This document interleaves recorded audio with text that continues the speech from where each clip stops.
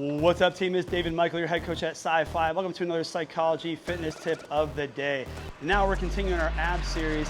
This one's going to be a hard one. We're going to show you 3 different variations to make it easier so you can start somewhere and work up to it with our hanging leg raises. Now, hanging leg raises do a bunch of things. One of the things we're definitely going to do is great. It's really going to work our core. Not only the top abs, but the middle, the lower, and then of course the really lower where our pizza and burgers go if you're like me.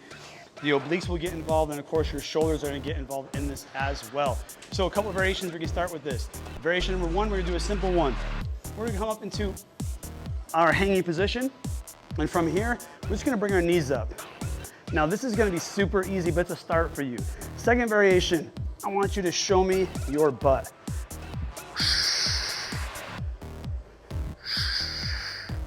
So notice when I do that, I'm trying to keep my knees together, my feet are definitely together, and I'm actually what we call posterior tilting the pelvis. Why? When that happens, when we posterior tilt the pelvis, the lower core and the hip flexors get involved in this one. We're just doing that 90 degree in the beginning. You're kind of just working the hip flexors and a little bit of the abs, mostly the upper abs.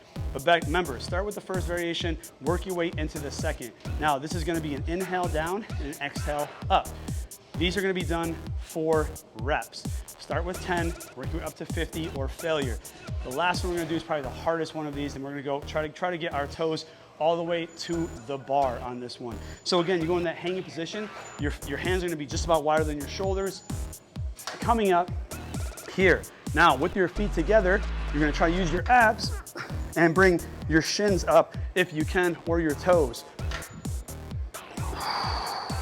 And lower down. Now, as you do this, remember, depending on the height of the bar or how long you are swinging down, your shins or your toes are going to hit. Try not to bend your knees too much. I want those legs to be locked so you really engage that lower core and the hip flexors as you're doing this. Do this again until failure or until you just can't feel your abs anymore. All different variations. We got 3 of those from beginner all the way up to advanced for our hanging leg raises.